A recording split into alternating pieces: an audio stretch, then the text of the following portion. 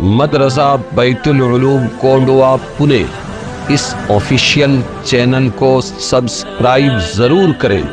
یاد رکھیے، اس سے کسی ایک شخص کو نہیں، پورے مدرسے کو فائدہ ہوگا اور آپ کو اجر عظیم ملے گا۔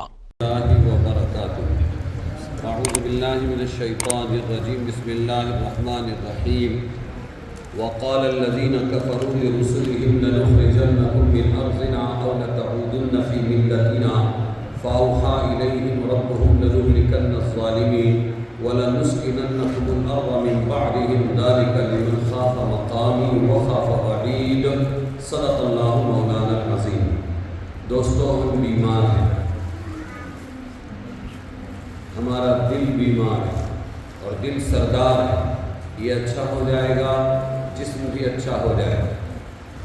مولانا یونس صاحب رحمۃ اللہ علیہ دعا مانگا کرتے تھے، اے اللہ، بغض ہے، کینہ ہے، حسد ہے، حب جاہ ہے، حب مال ہے، ریاکاری ہے، مخلوق سے طمع اور امیدیں ہیں، ان تمام گندے جذبوں سے ہمارے دل کو پاک فرما۔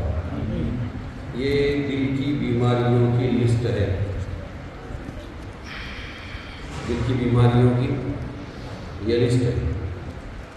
اور جسم میں ذرا بخار آ جائے، کھنسی آ جائے، ہاضمہ بگڑ جائے، فوراً ڈاکٹر کے پاس جاتے ہیں۔ ہم اپنے سینوں پر ہاتھ رکھ کے طے کریں اور جائزہ لیں تو MRI رپورٹ سامنے آ جائے گی کہ یہ سب بیماریاں ہمارے اندر موجود ہیں۔ اس کو کہتے ہیں نفس کی بیماریاں، ان النفس لامارۃ بالسوء الا ما رحم ربی۔ اچھے اچھے دوستوں کو یہ بیچارہ دشمن بتاتا ہے، بھائی کو بھائی سے لڑاتا ہے ہمارا نفس، میاں بیوی میں ناچاقی پیدا کرتا ہے، شاگردوں کو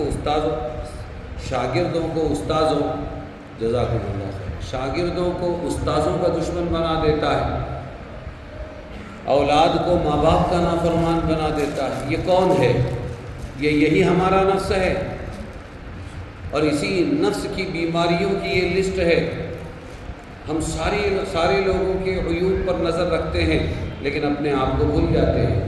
حالانکہ تیاری دوسروں کی کرنے کی ذمہ داری ہے یا اپنی کرنے کی تیاری؟ بولو بھائی، قوا انفسکم واہلیکم، ہم لگ گئے قوا انفسہم واہلیہم میں۔ اللہ فرما رہا ہے بچاؤ اپنے آپ کو اور اپنے گھر والوں کو۔ کاہے سے بچائیں؟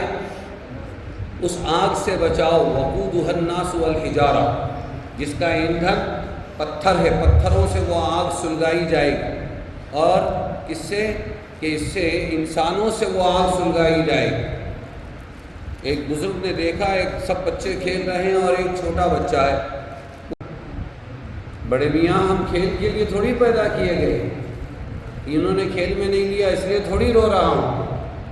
پھر کیوں رو رہے ہو؟ میرے بچے کہنے لگے، میں اماں کو دیکھتا ہوں کہ اماں چھوٹی چھوٹی لکڑیاں پہلے ڈالتی ہے، جب آگ پکڑ لیتی ہے تو پھر بڑی لکڑی ڈالتی ہے چولہے کے اندر۔ تو میں یہ سوچتا ہوں کہیں ایسا تو نہیں اللہ کہہ رہے ہیں جس آگ کو پتھروں سے انسانوں سے جلاؤں گا، اس آگ سے اپنے آپ کو بچاؤ، تو وہ جہنم کی آگ میں بڑے آدمی ڈالنے سے پہلے ہم جیسے چھوٹے بچوں کو تو نہیں جلائے گا اللہ تعالیٰ۔ یہ استحزار مجھے پریشان کر رہا ہے، میں اس لیے رو رہا ہوں۔ بچہ ولایت کو پہنچا ہوا ہے اور ہم غفلت کی زندگی گزار رہے ہیں۔ تو اللہ نے ذمہ داری دی ہے، اپنے آپ کو بچاؤ، قوا انفسکم، اپنے آپ کو بچاؤ آگ سے اور اپنے گھر والوں کو بچاؤ۔ اور زندگی صبح سے شام تک اس میں گزر گئی، یہ کیا کر رہا ہے، اس نے کیا کیا، وہ عورت کا کیا ہوا، سانسیں اپنی بہوؤں کے بارے میں کہ میری بہو کا کوئی عیب میرے سامنے آ جائے، بہویں اپنی سانس کو ستانے کے چکر میں، ہاں، بیٹیاں پیاری، بیٹے پیارے، داماد برے، بہویں بری، اور یہ بہن ایسی، وہ مسلمان ویسی، فلانے رشتہ دار کیا کر رہے ہیں۔ پھر ہم آپس کے اندر، مرد بھی ایک دوسرے کے اندر یہ سب بیماریوں میں لگے ہوئے ہیں۔ تو بجائے اس کے کہ خوبیاں بیان کر کے ہمت افزائی ہو، یہ کام میں نہیں کر سکتا تھا، میرے بھائی نے کر دیا، میری بہن نے کر دیا، دل بڑا ہو جائے، اے اللہ دعا دے اے اللہ تو اس کو اور ہمت دے کہ یہ امت کا بیڑا پار کرے اور یہ امت کی اصلاح کی کوشش کرے۔ جذبے مثبت ہونے کے بجائے منفی ہو گئے تو کیا ہوگا کہ اس کا بھگتان ہم ہی کو کرنا پڑے گا۔ ان احسنتم احسنتم لانفسکم وان اسأتم فلہا، اچھا کر رہے ہو یا برا خود دیکھ لو، اچھا کر رہے ہو تو اپنے نفس کے لیے اچھا کر رہے ہو، اور اگر برا کر رہے ہو تو بھی اپنے نفس ہی کے لیے برا کر رہے ہو۔ تو سب سے بڑا مریض ہمارا اپنا دل ہے۔ ماں بہنیں بھی بیٹھی ہیں، وہ بھی توجہ دیں اس مضمون کے اوپر کہ بغض ہے، کینہ ہے، حسد ہے، حب جاہ ہے، حب مال ہے، ریاکاری ہے، مخلوق سے طمع اور امیدیں ہیں، یہ تمام گندے جذبے ہمارے سینے میں بھرے ہوئے ہیں۔ اے اللہ ان گندے جذبوں سے ہمارے سینے کو پاک فرما۔ دعا بھی مانگنا ہے، دوا بھی کرنا ہے۔ ہاں، بغض کیا چیز ہے؟ بغض اور کینہ کیا چیز ہے؟ کہ کسی سے دشمنی جائز ہے، آپ دشمنی کا اجر پا سکتے ہیں۔ الحب فی اللہ والبغض فی اللہ من الایمان۔ ہماری بخاری شریف میں حدیث حضور صلی اللہ علیہ وسلم نے فرمایا محبتیں بھی ایمان سے ہیں اور نفرتیں بھی ایمان سے ہیں۔ بنیاد آپ کی ذات ہے اگر تو یہ ایمان نہیں ہے، یہ آپ کو جہنم میں لے جائے گی، محبت ہو یا عداوت ہو۔ اور اگر بنیاد آپ کی اللہ تبارک و تعالی ہے کہ اللہ کا یہ اچھا بندہ ہے، اچھی بندی ہے، بس میں ساری نفرتیں چھوڑ کر اس اللہ کے بندے اور اس اللہ کی بندی سے محبت کروں گا، محبت کروں گی، سمجھ لو کہ یہ آپ کے ایمان کی علامت ہے۔ اور اولاد ہے اور بیوی ہے اور اپنے رشتہ دار ہیں لیکن اللہ کے نافرمان ہیں، بس وہ نافرمانی کی وجہ سے دشمنی پکڑ کے بیٹھے ہیں، بالکل آپ کو یہ دشمنی جنت میں لے جائے گی۔ تو ہم جائزے لیں کہ اللہ فلانے سے مجھے ہمیشہ چڑ رہتی ہے، وجہ کیا ہے؟ کل تیرے سامنے جواب دے پاؤں گا یا نہیں؟ صرف میرا مزاج نہیں ملتا، صرف میں نے کسی سے برائی سنی تھی، صرف میرے سامنے کوئی عیب آیا، پتہ نہیں وہ عیب صحیح تھا یا غلط تھا، خبر سچی تھی یا جھوٹی تھی۔ اے اللہ تو اللہ ہے، تو خبیر ہے، لیکن میں اندھا ہوں، اے اللہ مجھے معاف فرما۔ آج سے میں اس بندے اور اس بندی سے کبھی بھی نفرت نہیں کروں گا، میں تو اپنے نفس کو لے کر بیٹھوں گا۔ بولتے تو بد نظری کیوں کرتا ہے، تو بد سمعی کیوں کرتا ہے، بری باتیں سننے میں تجھے لذت کیوں آتی ہے، اور برے کام کرنے میں تجھے مزہ کیوں آتا ہے، اور دشمنیاں کرنے میں تجھے کیوں مزہ آتا ہے؟ تو شیطان سے دشمنی کیوں نہیں کرتا جبکہ اللہ نے فرمایا شیطان تمہارا دشمن ہے، تم اس سے دشمنی کرو۔ ان الشیطان لکم عدو فاتخذوہ عدوا، شیطان سے تو دوستی ہے اور انسان سے تیری دشمنی ہے۔ ارے مریض، کب تو اس جہالت سے نکلے گا اور اس مرض سے نکلے گا؟ مر گیا تو جہنم میں جائے گا۔ اپنے آپ کا محاسبہ کرے۔ بغض اور کینہ جائز نہیں ہے ذاتی بنیادوں پر۔ کوئی بھی نعمت دیکھی اور اس نعمت کو دیکھ کر دل میں یہ تمنا پیدا ہو اس سے یہ نعمت چھن جائے، یہ حرام ہے، اس کو حسد کہتے ہیں۔ لیکن کسی کے پاس نعمت دیکھی، حسن ہے، سمجھ میں آیا؟ ظاہری حسن ہے، کپڑوں کا حسن ہے، زیورات کا حسن ہے، گھر کا حسن ہے، اور بہت سارا مال کا حسن ہے، خاندانوں کا حسن ہے، دل میں یہ پیدا ہوا، اے اللہ مجھے بھی تو اس طرح مالدار بنا دے، اے اللہ مجھے بھی اچھے کپڑے دے دے۔ مدارس دیکھے کسی کے اور دل میں تمنا پیدا ہوئی کہ اے اللہ کتنا اچھا کام کیا اس آدمی نے، تھوڑا سا کام مجھ سے بھی لے لے۔ اس کو غیبت، اس کو غبطہ کہتے ہیں۔ کیا کہتے ہیں اس کو؟ غبطہ جائز ہے، رشک کہتے ہیں، یہ جائز ہے، لیکن نعمتیں چھن جانے کی تمنا یہ اس بات کی علامت ہے کہ اس کا ایمان ناقص ہے، یہ اللہ کی تقدیر پر راضی نہیں۔ بات کہاں پہنچتی ہے؟ بات کہاں پہنچتی ہے کہ یہ اللہ کی تقدیر پر راضی نہیں ہے۔ ارے بھی کس نے بڑا چھوٹا بنایا؟ اللہ کہتے ہیں ہم نے تم کو چھوٹا بڑا اونچا نیچا کیوں بنایا؟ امتحان، کہ جس کے پاس نعمتیں ہیں وہ شکر سے جنت میں جائے، اور جس کے جو محروم کر دیا گیا ہے بڑی نعمتوں سے تو وہ صبر سے جنت میں جائے۔ مسلمان کی چت بھی اپنی ہے، پٹ بھی اپنی، تو وہ سکینہ ہمارے دلوں میں نہ ہو۔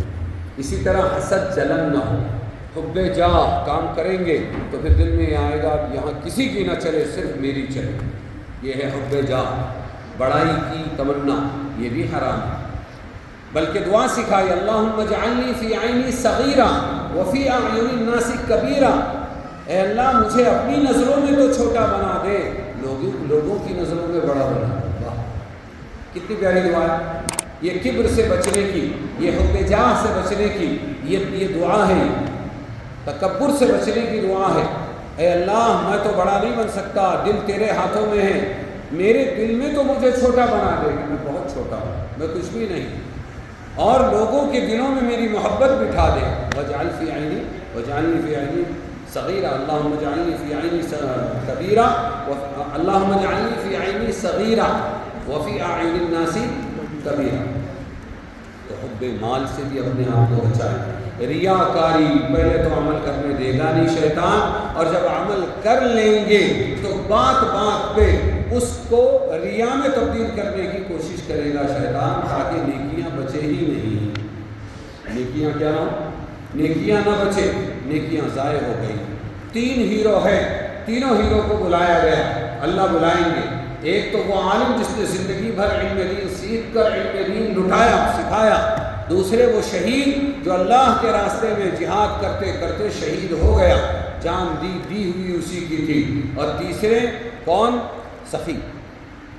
یہ سخی کو بلایا جائے گا، مال کمایا، دل پہ پتھر رکھا اور اللہ کے بندوں کو اللہ کی راہوں میں لٹایا، لیکن عمل بہت اچھے تھے، لیکن نیت میں خطرہ تھا، لوگ میری تعریف کریں گے، لوگ کیا کریں؟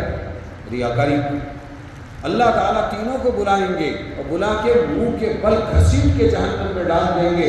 امیر معاویہ رضی اللہ عنہ نے جب یہ حدیث سنی تو پوری حدیث 3 مرتبہ بھی نہیں سن سکے، ہر مرتبہ وہ غش کھا کر گر جاتے تھے، بادشاہ سلامت غش کھا کر گرتے تھے، اور ہوش میں جب آتے تھے تو پھر اس کے بعد دوبارہ سننے کی کوشش کرتے تھے۔ ان کو یہ ڈر کہ اللہ کل ایسا نہ ہو کہ میں بھی ان تینوں میں شامل ہوتا ہوں۔ کتنی گھاٹیاں ہیں دوستو، اللہ بے نیاز ہے۔ ایک حدیث پاک کا مفہوم پڑھا، رونگٹے کھڑے ہو جاتے ہیں۔ 70 سال تک، اندازاً 70 سال تک کے ایک بندے کو جنت کے راستے پر اللہ چلاتا ہے، ایمان ہے، علم ہے، عمل ہے، دعوت ہے، سب کچھ ہے، چلاتا رہتا ہے۔ صرف ایک ہاتھ جب وہ جنت سے رہ جاتا ہے، اللہ اس کو محروم کر کے جہنم میں ڈال دیتا ہے۔ دوسری حدیث سے دوسرا شخص اس کا الٹا ہے کہ 70 سال تک ایک آدمی کو جہنم کے راستوں پر چلاتا ہے، لیکن اللہ تبارک و تعالی ہدایت کا بادشاہ ایک ہاتھ جب وہ جہنم میں جانے سے رہ جاتا ہے، اسے فوراً ہدایت دے کر جنت میں ڈال دیتا ہے۔ کتنا بے نیاز ہے بادشاہ، ارے کتنا بے نیاز ہے، ذرا سوچو، ڈرو دوستو۔ جس کو نبی کے باپ ہونے کی پرواہ نہیں ہے، جس کو نبی کی بیویاں ہونے کی پرواہ نہیں ہے، جس کو نبی کے چچا ہونے کی پرواہ نہیں ہے، جس کو نبی کا بیٹا ہونے کی پرواہ نہیں ہے، وہ اللہ تبارک و تعالی آپ کو مجھ کو ان کو بغیر ایمان کے اللہ تعالیٰ دنیا سے لے گیا۔ بہت ڈرنے کی ضرورت ہے۔ ہمیشہ اپنے چکر میں رہے کہ روزہ آئے گا، روزے میں آدمی مریض ہوتا ہے، کاہے کا مریض ہوتا ہے؟ بھوک، کاہے کا مریض؟ تو عام دنوں میں کھا پی کے اس کی برائی اس کی غیبت، یہاں منہ کھل رہا ہے، وہاں مستی کر رہا ہے، اور روزے میں ڈھلتے ڈھلتے شام تک کے ایک دم نفس قابو میں آ جاتا ہے۔ اب اگر کوئی غیبت کرتا ہے تو یہ غیبت سننا بھی برداشت نہیں کرتا، کہ ہوتا ہے نہیں ہوتا ہے۔ اپنے آپ کو مریض سمجھو کہ ہم تو مریض ہیں، اپنے نفس کے مریض ہیں۔ نبی یوسف علیہ السلام بھی کہہ رہے وما ابرئ نفسی ان النفس لامارۃ بالسوء الا ما رحم ربی۔ تو ہمارا کیا ٹھکانہ کہ اللہ مجھ پہ رحم نہ کرے تو میں نفس کی بیماریوں سے اور مکاریوں سے بچ نہیں سکتا۔ یوسف علیہ السلام کلین چٹ ملنے کے بعد یہ کہہ رہے ہیں، جیل سے نکلتے ہیں۔ تو ایک ارادہ تو کر لو، انشاءاللہ ہم اپنے نفس کی بیماریوں کو نکالیں گے، اور خصوصاً اس مہینے میں جو تقوی والا مہینہ انشاءاللہ، اور یہ وہی کرے گا جس کے دل میں کیا ہو، بولو اللہ کا خوف۔ کیا ہو؟ ارے کون ڈرے گا؟ برائیوں سے کون بچے گا؟ ساتھیوں کی قدر کون کرے گا؟ دوسرے ساتھیوں کو سراہنے کا کام کون کرے گا؟ بہوؤں پر اور ساسوں پر رحم کون کھائے گی؟ ہاں، جس میں اللہ کا ڈر ہو۔ اور اسی طریقے پر دامادوں کی عزت کون کریں گے؟ جس میں اللہ کا ڈر ہو۔ تو ہر برائی سے بچنے کا جو آسان سا نسخہ ہے وہ کیا ہے؟ اللہ کا ڈر۔ جانتے ہیں آپ کو اللہ کا ڈر دنیا آخرت کی تمام مصیبتوں کا علاج ہے، اور جس کو اللہ کا ڈر نصیب ہو گیا اس کو ڈبل جنت ملے گی۔ وَلِمَنْ خَافَ مَقَامَ رَبِّهِ جَنَّتَانِ، کیا فرما رہے اللہ تبارک و تعالیٰ؟ جو ڈرا اللہ کے سامنے کھڑے ہونا ہے، مجھے جواب دینا ہے عمر کہاں پر تو نے ضائع کی، جوانی کن کاموں میں لگائی، اور اسی طرح جو معلوم تھا اس پر عمل کتنا کیا، ہاں، اور یہ بتا مال کہاں کہاں سے حلال راستوں سے کمایا اور کہاں خرچ کیا۔ تو اللہ تبارک و تعالیٰ کے سامنے مجھے کھڑے ہونا ہے، ان سوالوں کے جواب کے بغیر میرے قدم وہاں سے ہل نہیں سکتے۔ یہ احساس اتنا پاکیزہ ہے، اتنا بلند ہے اللہ کے یہاں کہ اللہ تعالیٰ خوش ہو کے جنت نہیں دیں گے، ڈبل جنت دیں گے۔ وَلِمَنْ خَافَ مَقَامَ رَبِّهِ جَنَّتَانِ فَبِأَيِّ آلَاءِ رَبِّكُمَا تُكَذِّبَانِ۔ تو جب دل پاک ہوگا تو اللہ تعالیٰ خیر کریں گے۔ کیا کریں گے اللہ تعالیٰ؟ پھر اپنے ساتھ، یہ میں خاص اپنی برادری کو بھی کہہ رہا ہوں، ہاں، شیطان امت کو کم ورگلاتا ہے، علماء کو زیادہ شکار بناتا ہے، کرنے والے مثبت کاموں میں لگانے کے بجائے منفیات میں لگا دیتا ہے تاکہ خیر کے راستے بند ہو جائے۔ کیا ہو جائے؟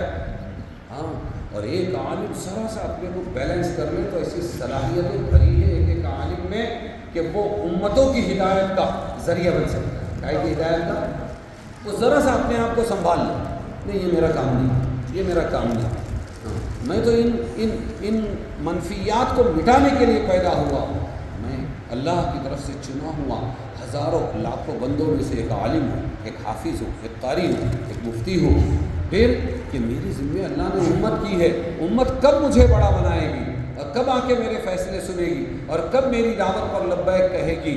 جب میں اپنے آپ کو تھوڑا سا منفیات سے بچاؤں گا، تھوڑا سا اپنے آپ کو سنبھالوں گا، ہاں، سراہوں گا، دوسرے ساتھیوں کو سراہوں گا، لے کے چلوں گا۔ مولانا الیاس صاحب رحمۃ اللہ علیہ کا کام یوں ہی دنیا میں نہیں چمکا، وہ تو فرماتے تھے میں اپنے زمانے کے سیاسیوں کا بھی شکر گزار ہوں کہ ان سیاسیوں نے اپنے اپنے کام میں اپنے آپ کو لگایا، میں اکیلا چنا کیا بھاڑ جھونکتا، میں اکیلا سیاست بھی کروں، میں اکیلا سیادت بھی کروں، میں اکیلا قیادت بھی کروں، میں اکیلا تدریس بھی کروں، میں اکیلا مدرسے بھی بناؤں، میں اکیلا تحریر بھی لکھوں، میں اکیلا مصنف بھی بنوں، میں اکیلا مؤلف بھی بنوں، میں اکیلا شیخ الحدیث بھی بنوں، میں کیا کیا کر سکتا ہوں۔ اللہ تیرا شکر ہے تو نے ان صلاحیتوں کو سب لوگوں میں پیر کر اور پھیلا کر میرے اعوان و انصار بنا۔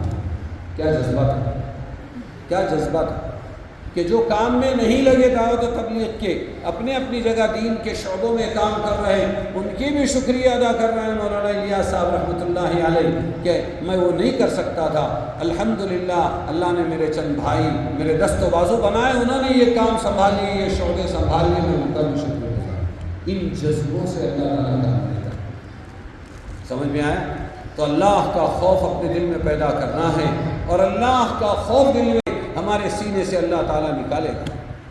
انہی خیر کے خزانوں میں اور انہی خیر کے کاموں میں ایک بہت بڑا کام آج کل امت کی سیاسی قیادت، علماء کرام بیٹھے اس لیے یہ موضوع بول رہا ہوں، چونکہ علماء سر ہیں، سر اور سردار ہیں امت کے، ان کے ہاتھوں سے بچے نکل کے جاتے ہیں، بہت سے اچھے کام ہو رہے ہیں جو چھوٹ رہے ہیں، خالی ان میں سے ایک کام کی طرف اشارہ کر رہا ہوں کہ آج ضرورت ہے اس بات کی کہ ہم اپنے ان نونہالان اور اپنے ان مقتدیوں اور اپنے ماتحتوں، بڑوں اور چھوٹوں، سب کے دل میں دینی سیاست کا جذبہ پیدا کریں۔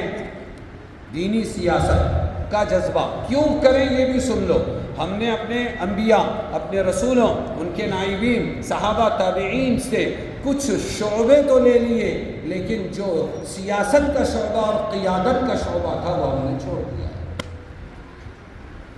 میں محمد تمام انسانوں کے ہیں، 40 میں نے ایپیسوڈ بنائے ہیں، آپ یوٹیوب پہ جا کے جب یہ سرچ کریں گے تو آپ کو مل جائے گا، صرف 3-3، 4-4 منٹ کے ہیں، وہ کوئز و مقابلے ہیں، اس میں حضور کی سیرت بھی ہے، تواضع ہے، لباس ہے، کھانا ہے، سرما ہے، سب کچھ ہے، لیکن اس مرتبہ میں نے 31 سے لے کے 40 تک جو 10 اس کے اندر قسطیں بنائی ہیں، وہ حضور کی سیاست، انبیاء کی سیاست پر ہے، وہ سننے کی چیز ہے۔ اللہ کے نبی صلی اللہ علیہ وسلم کے زمانے کی ہر چیز آپ کو مل جائے گی، ٹوپی ہے، بال ہے، انگوٹھی ہے، آپ صلی اللہ علیہ وسلم کا لباس ہے، آپ کا پیالہ ہے، آپ کی چکی ہے، ہر چیز کا تذکرہ ملے گا۔ لیکن حضور پاک صلی اللہ علیہ وسلم کے زمانے میں بادشاہ کون تھا اور میونسپلٹی کون چلاتا تھا، اس کا تذکرہ آپ کو نہیں ملے گا۔ کیوں نہیں ملے گا؟ بادشاہ کون تھا حضور کے زمانے میں؟ حضور تو دینی شعبے، ہمارے علماء کا ذہن بن گیا آہستہ آہستہ کہ ہم دینی شعبے اس لیے چلائیں گے کہ ہمارے نبی نے دینی شعبے چلائے، خلفائے اربعہ نے دینی شعبے چلائے، میں اس کی طرف آ رہا ہوں اور یہ کہہ رہا ہوں کہ پھر آپ صلی اللہ علیہ وسلم اگر دینی پیشوا تھے تو پھر بادشاہ کون تھا؟ سوال یہ ہے، اس کا تذکرہ کہاں؟ لیکن آپ کو نہیں ملے گا۔ کیوں نہیں ملے گا؟ اس لیے کہ خود آپ صلی اللہ علیہ وسلم بادشاہ تھے۔ خلفائے اربعہ اگر دینی پیشوا تھے تو یہی خلفائے اربعہ اپنے وقت کے بادشاہ تھے۔ ہاں، جو بھی نبی اور رسول اللہ نے بنایا ہے، اللہ تبارک و تعالی نے علم دیا، خالق کا بھی اور مخلوق کا بھی۔ جس کے پاس علم ہے، اگر قیادت اور سیاست اس کے پاس نہیں ہوگی تو غیر علماء کے پاس ہوگی؟ کیا کسی غیر عالم کو یعنی غیر نبی کے علاوہ کسی غیر عالم کو، یا یہ ہے کہ کسی مشرک کو یا کسی کافر کو اللہ نے نبیوں کے زمانے میں بادشاہ بنایا، ان کی توہین کی؟ ناممکن۔ اور مسلمان ہو اور وہ نبی کا امتی ہو اور وہ بادشاہ ہو اور پھر نبی جو ہے وہ محکوم ہو، ناممکن۔ ہر زمانے میں انبیاء اور رسولوں کو اللہ تبارک و تعالیٰ نے شروع میں ظالم بادشاہوں کی ماتحتی سے گزارا اور پھر اس کے بعد تیار کیا، علم خالق دیا، علم مخلوق دیا، حقوق کا علم دیا، اور پھر اللہ تعالیٰ نے ان کو بادشاہ بنایا۔ کچھ کا تذکرہ آیا ہے سلیمان، داؤد، سمجھ میں آیا؟ اور اسی طرح حضرت یوسف علیہ السلام، ان لوگوں کا تذکرہ وضاحتاً آیا۔ لیکن میں نے دلالت النص سے آپ کو ابھی سمجھایا کہ نبی اور رسول کے ہوتے ہوئے کوئی دوسرا بادشاہ بن نہیں سکتا، تمام کو اللہ تعالیٰ نے یہ دی۔ بلکہ ایک طرف حدیث میں اگر یہ بات ہے کہ تم کبھی ہمارے سے جو عہدے مانگے گا، عمارت مانگے گا، بادشاہت مانگے گا، وزارت مانگے گا، ہم نہیں دیں گے، یہ بالکل سچی حدیث آپ صلی اللہ علیہ وسلم کی ہے۔ تو حدیث سے بڑھ کر حدیث جس کی شرح ہے وہ قرآن میں یہ بھی ہے، اگر آپ کو یہ نظر آ رہا ہے کہ آپ کے سوا امت کی نیا کو کوئی پار نہیں لگا سکتا تو آپ کو بڑھ کر عہدہ سنبھالنا ہے۔ یوسف علیہ السلام نے پوری تربیت جیل میں لینے کے بعد اور کنووں میں اور اسی طرح بازاروں میں لینے کے بعد اور حرم سرا میں تربیت لینے کے بعد اور جیل میں کندن بن جانے کے بعد جب وہ پیار سے بلائے گئے بادشاہ کے پاس تو انہوں نے کیا مطالبہ کیا؟ یہ نہیں کہا کہ میرے لیے عبادت خانہ بنا دو، میرے لیے مدرسہ بنا دو، یہ نہیں کہا مجھے مال دے دو میں تجارت کروں گا، بلکہ آ کے سیدھا یوں کہا اجعلنی علی خزائن الارض انی حفیظ علیم، اجعلنی علی خزائن الارض۔ او یوسف، آپ یہ بتائیے، آپ نے جو تعبیر بتائی ہے ساتھ سنبھال کے رکھنا ہے اور 7 سال قحط کا ملکی پیمانے پر مقابلہ کرنا ہے، تعبیر ہم نے سنی، اطمینان ہوا، لیکن سسٹم ہماری سمجھ سے باہر ہے۔ اچھا ایسا ہے، اجعلنی علی خزائن الارض انی حفیظ علیم، لاؤ مالیات کا خزانہ مجھے دے دو، میں چلا کے بتاتا ہوں۔ مانگا یا نہیں مانگا؟ پھر امت کا ذہن یہ کیوں بنا ہے کہ سیاست ناجائز ہے؟ جو ناجائز ہے وہ ہر شعبے میں ناجائز ہے، اور جو جائز ہے ہر شعبے میں جائز ہے۔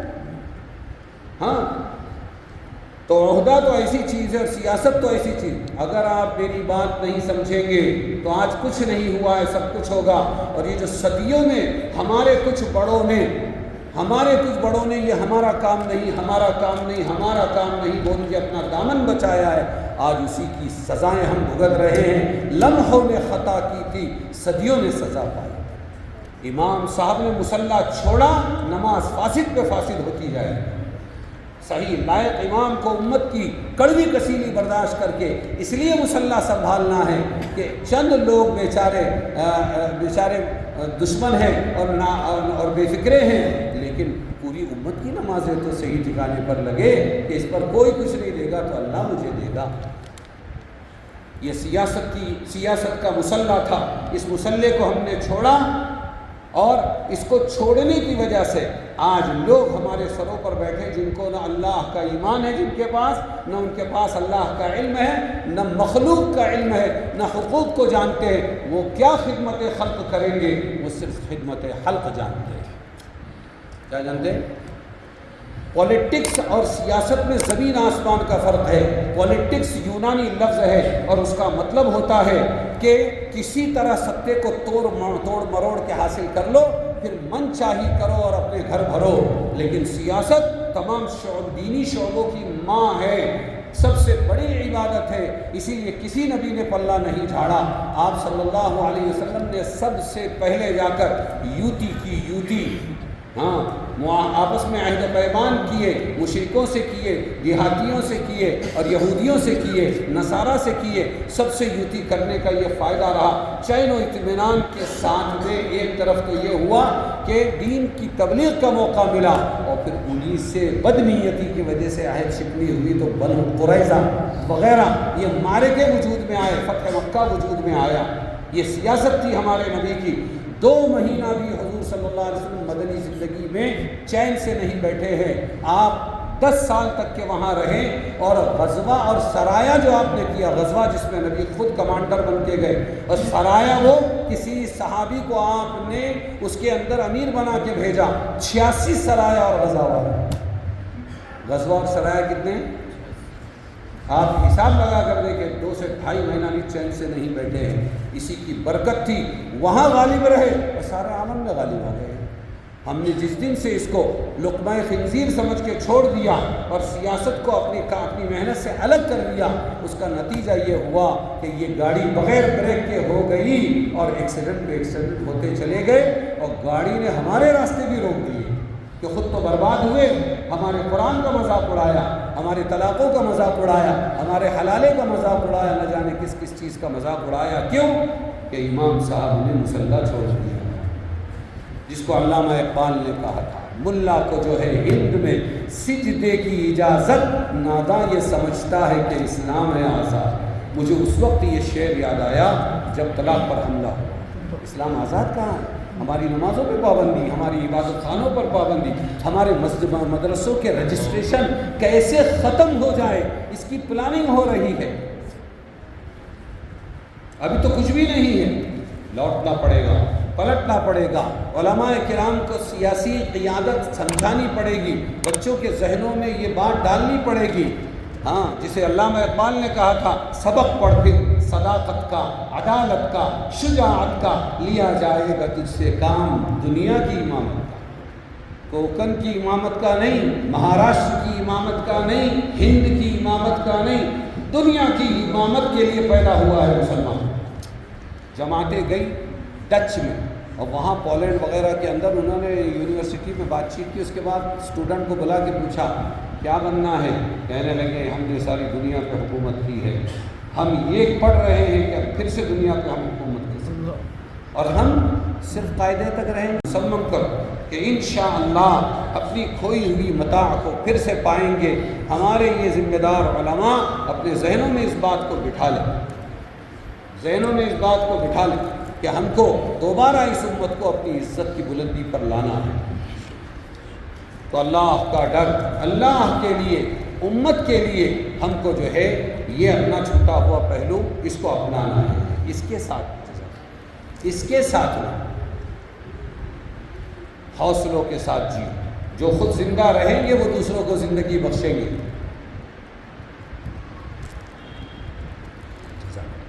اور اگر ہم خود ہی مر گئے تو کیا دوسروں کو بچا پائیں؟ اس لیے یہ آیت جو میں نے پڑھی تھی، دیکھو تمہارا قرآن کیسے تم کو حوصلہ دے رہا ہے۔ اپنے قرآن کی طرف پلٹو دوستو۔ میں ابھی شولہ پور میں کل جا کے آیا تو مکتب ہے، لیکن علماء کی ایک ٹیم ماشاءاللہ بڑے لوگوں کو بھی تعلیم دے رہی ہے، بازو میں حال ہے مسجد کے، عورتوں کو بھی تعلیم دے رہی ہے۔ ہفتے میں ایک دن 1 گھنٹہ 2 گھنٹہ کیوں نہ ہو، لیکن بڑوں کی تعلیم کا سلسلہ بھی جاری ہے۔ ایک آیت کیوں نہ ہو، امام صاحب اندھے ہیں لیکن ایک آیت کی تفسیر روزانہ بیان کرتے ہیں، ایک آیت، کبھی چھوٹی آیت رہی تو 1-2 آیت، بڑی آیت رہی تو اس کے 2 ٹکڑے کر کے 3 ٹکڑے کر کے، لیکن کسی نہ کسی طرح اس قرآن کو امانت سمجھ کے امت تک پہنچا رہے ہیں۔ ہم بھی اس کی کوشش کریں ہمارے موجودہ خول سے ذرا سا نکلیں، یہ لوگ بھی کوشش کریں، ہمارے بھائی اور ہماری بہنیں بھی کوشش کریں کہ ہم اپنا علم سیکھیں۔ علم اگر ہے تو مسلمان ہے، علم نہیں ہے تو پھر جانور ہے۔ یہ وہ مسلمان ہے جو کسی زمانے میں ساری دنیا کو علم دیتا تھا۔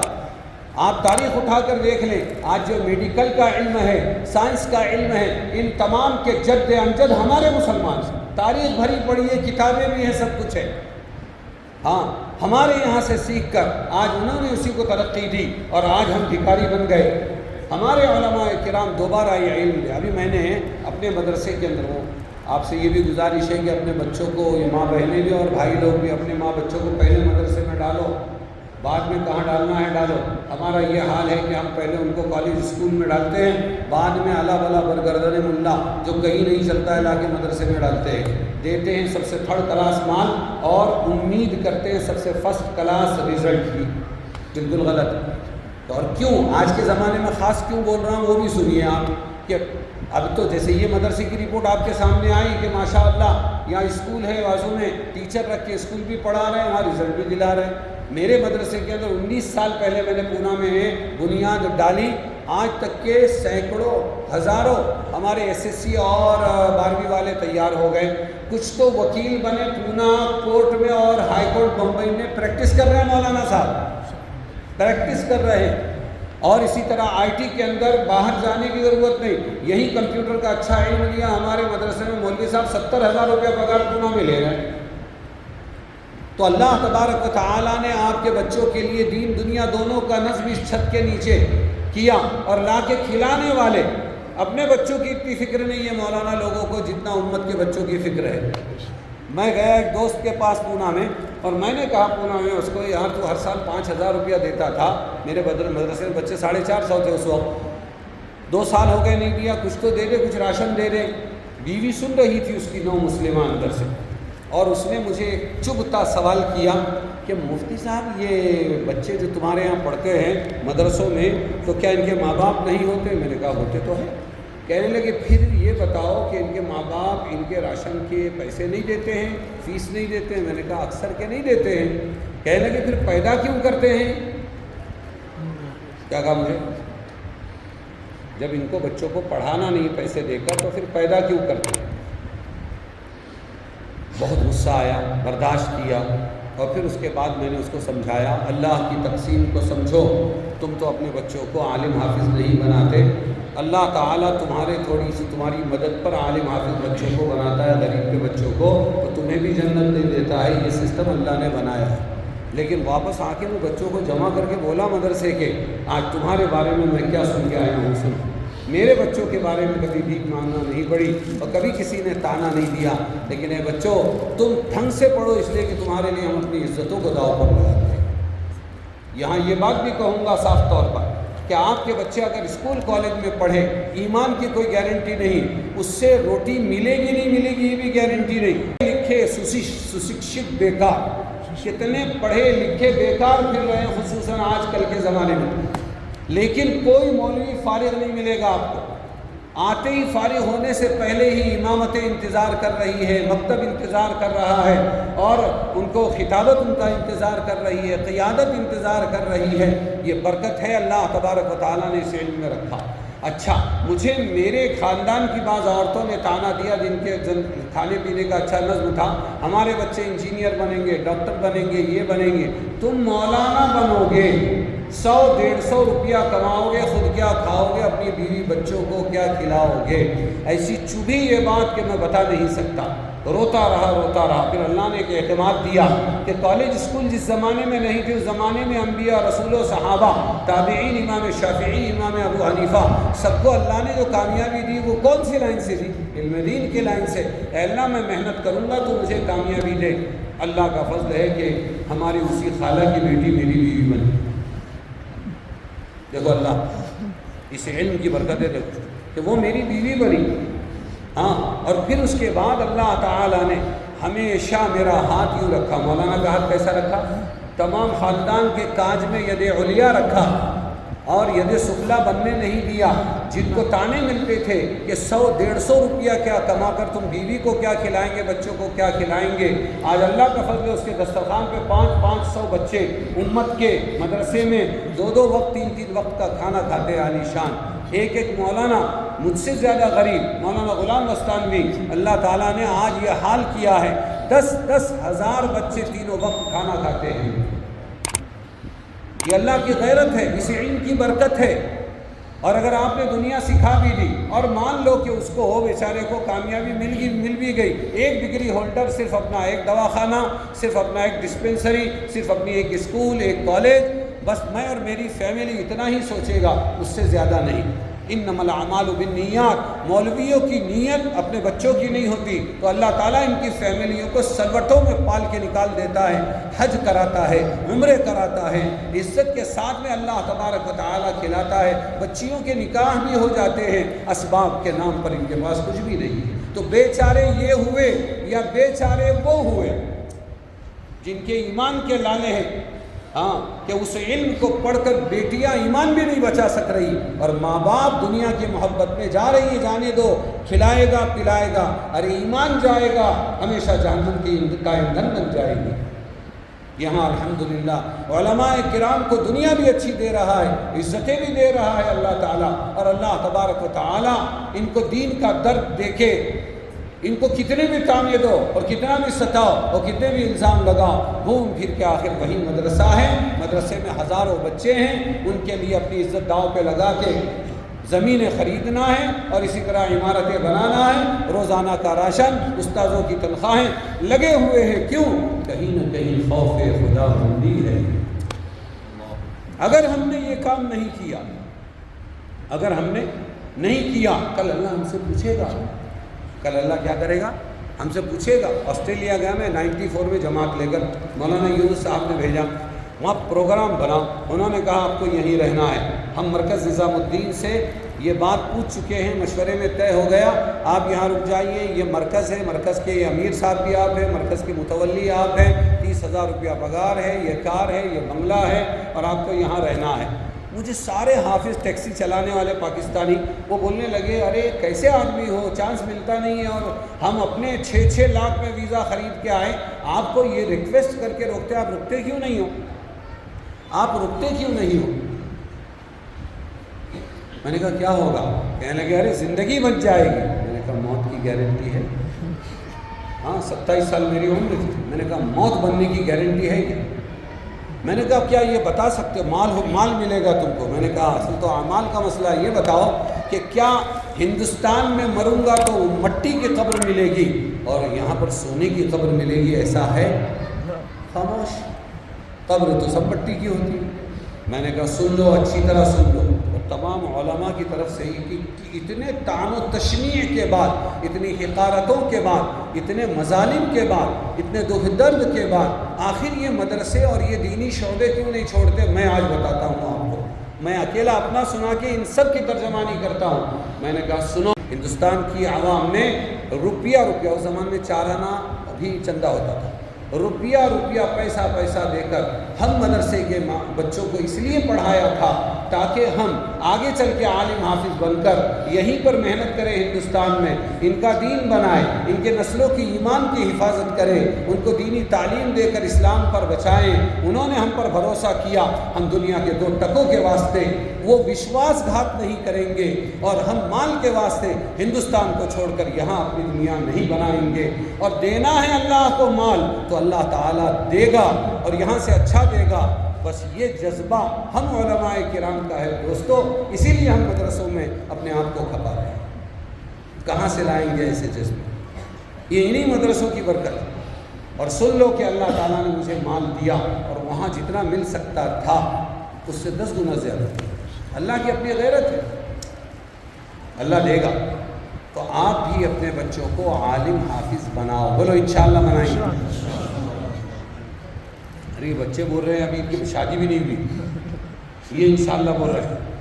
میں آپ بڑے لوگوں سے بات کر رہا ہوں کہ آپ مرد اور ہماری سننے والی ماں بہنیں یہ ارادہ کرے کہ انشاءاللہ اپنے بچے، بچے نہیں تو بچوں کے بچے، بچیوں کے بچے، خاندانوں کے بچے، رشتہ داروں کے بچے انشاءاللہ عالم حافظ بنائیں گے. بولو انشاءاللہ.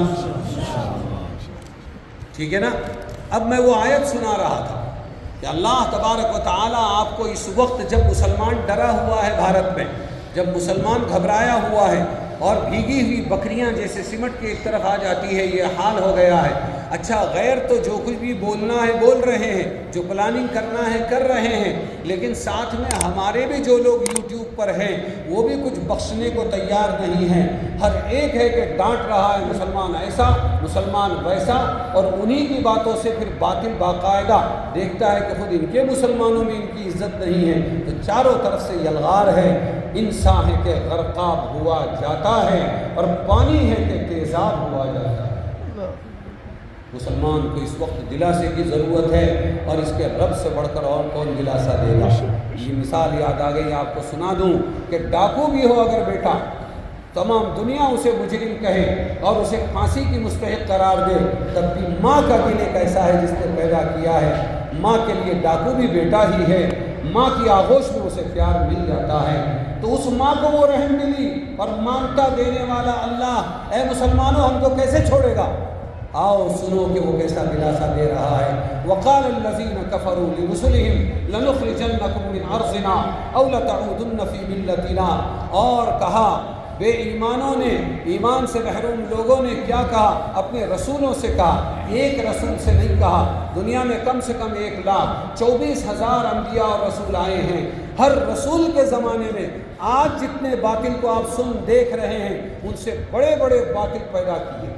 وہ فرعون پیدا کیا اللہ نے نمونہ اور مثال کے طور پر، جو اتنی بری سزا دیتا تھا کہ ایک طرف سے مسلمان کا ہاتھ کاٹتا تھا، ایک طرف کا بائیں طرف کا، دوسری طرف کا پیر کاٹتا تھا کہ ایسا اپاہج ہو جائے بچے ہوئے ہاتھ پیر کسی کام کے نہ رہے.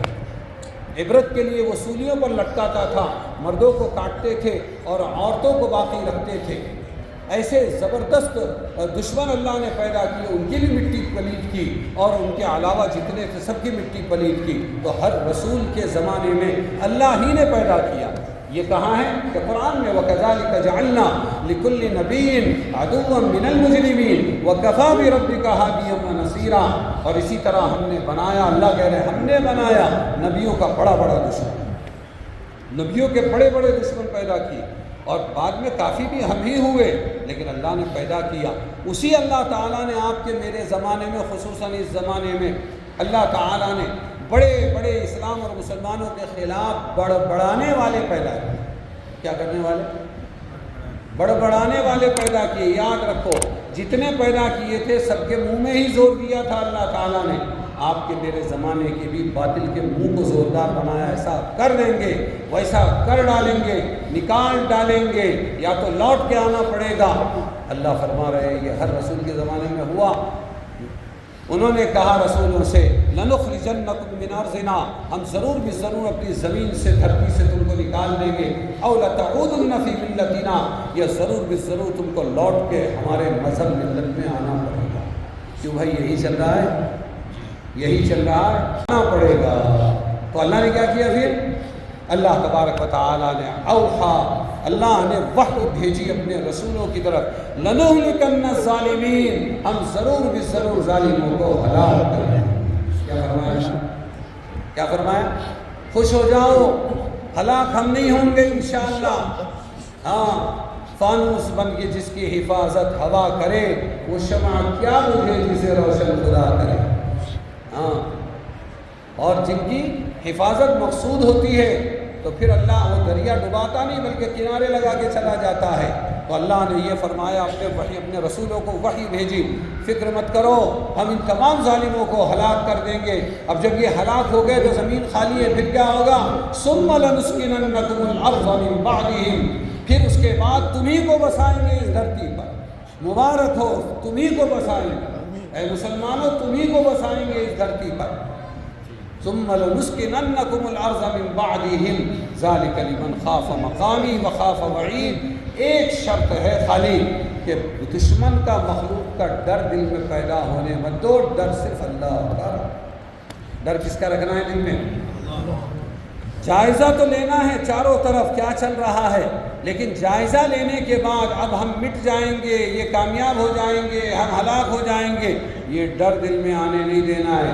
ہم خالق کے مومن ہیں، یہ مخلوق ہے، اور مخلوق میں ذرہ اور آفتاب دونوں برابر ہیں، سمندر اور قطرہ دونوں برابر ہے۔ قطرے سے نہیں ڈرتے، دریا سے بھی مت ڈرو، سمجھ میں آیا؟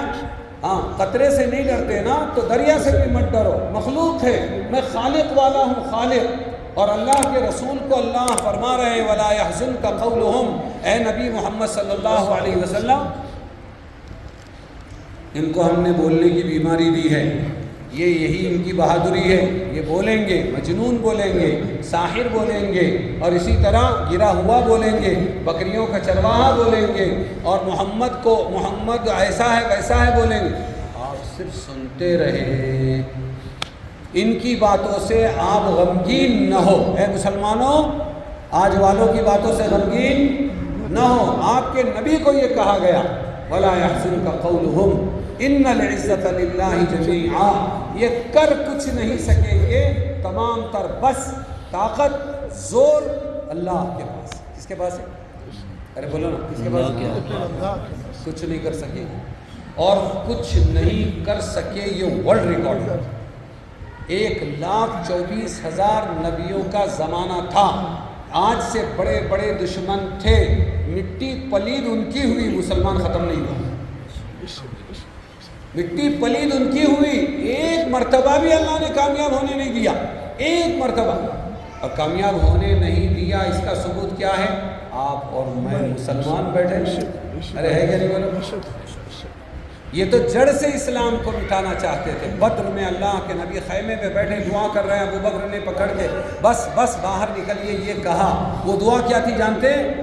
وہ بدر میں وہ دعا یہ تھی، اے اللہ یہ مٹھی بھر جماعت آج اگر ختم ہو گئی تو پھر یاد رکھنا قیامت تک تجھے ایک اللہ ماننے والا کوئی نہیں۔ تو ان کی تو کوششیں تھیں دنیا میں، ہر زمانے میں، ہر نبی کے زمانے میں، رسول کے زمانے میں، کہ نہ اسلام کا نام بچے نہ مسلمان بچے۔ بولو وہ کامیاب ہوئے؟ ارے بولو سمجھو اس مضمون کو اچھی طرح سمجھو۔ ہاں، اللہ فرما رہے ہیں ان العزت للہ جمیعا، منہ میں زور دیا ہے خالی ہم نے، باقی پاور اللہ کے پاس ہے، کسی کو آج تک کامیاب ہونے نہیں دیا۔ انشاءاللہ ثم انشاءاللہ ہمارے زمانے کے باطل کو بھی کامیاب ہونے نہیں دے گا۔ بس اتنی بات ہے، جب بھی جائزہ لو تو فوراً دوڑو اپنے اللہ کی طرف، 2 رکعت نماز پڑھ کے، اے اللہ تجھ سے ڈرتے ہیں، تجھی کو کرتا دھرتا سمجھتے ہیں، یہ مخلوق سے نہیں ڈرتے ہم، اے اللہ تو ہی ہمارا بیڑا پار فرما، ہماری طرف سے ان کے لیے کافی ہو جائے۔ سمجھے نہیں سمجھے؟ بات سمجھ میں آئی؟